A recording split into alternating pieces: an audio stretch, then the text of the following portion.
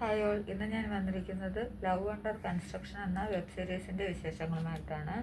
ജിയോ ഹോട്ട്സ്റ്റാറിൽ ഇപ്പോൾ സ്ട്രീം ആയിരിക്കുന്ന നല്ലൊരു വെബ് സീരീസാണ് ലവ് അണ്ടർ കൺസ്ട്രക്ഷൻ.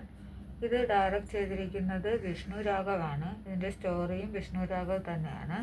ഇതിൻ്റെ പ്രൊഡക്ഷൻ വന്നിട്ട് രജപുത്ര വിഷ്വൽ മീഡിയയാണ്.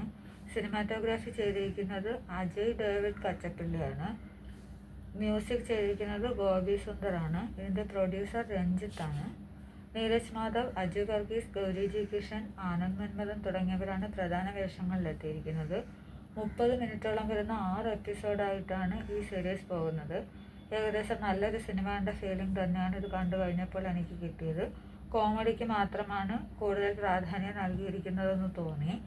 നീരജ് മാധവ് അഭിനയിച്ച വിനോദ് എന്ന കഥാപാത്രം പ്രവാസികൾക്കും പ്രവാസി കുടുംബങ്ങൾക്കും റിലേറ്റ് ചെയ്ത് കാണാൻ പറ്റുന്ന ക്യാരക്ടറാണ്.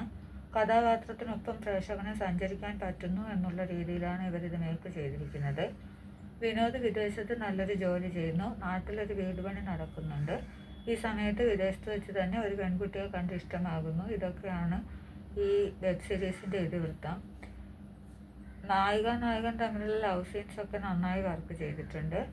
അജു വർഗീസിൻ്റെ കഥാപാത്രം പഴയകാല ചിന്താഗതിയുള്ളൊരു മനുഷ്യനാണ്. തൻ്റെ റോൾ അടിപൊളിയായി അജു വർഗീസ് ചെയ്തിട്ടുണ്ട്.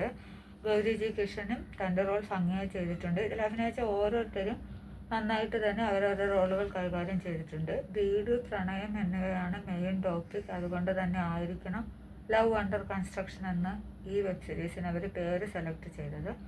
ആരും ഓവർ ആക്ട് ചെയ്യാതെ നല്ല രീതിയിൽ എല്ലാവരെയും ചിരിപ്പിച്ച് നല്ല ഒരു വെബ് സീരീസ് തന്നെയാണ് ലവ് അണ്ടർ കൺസ്ട്രക്ഷൻ. നിങ്ങൾ കണ്ടവർ അഭിപ്രായം പറയുക, കാണാത്തവർ കണ്ടതിന് ശേഷം അഭിപ്രായം പറയുക. അടുത്ത വിശേഷങ്ങളുമായി വീണ്ടും കാണുന്നതുവരെ.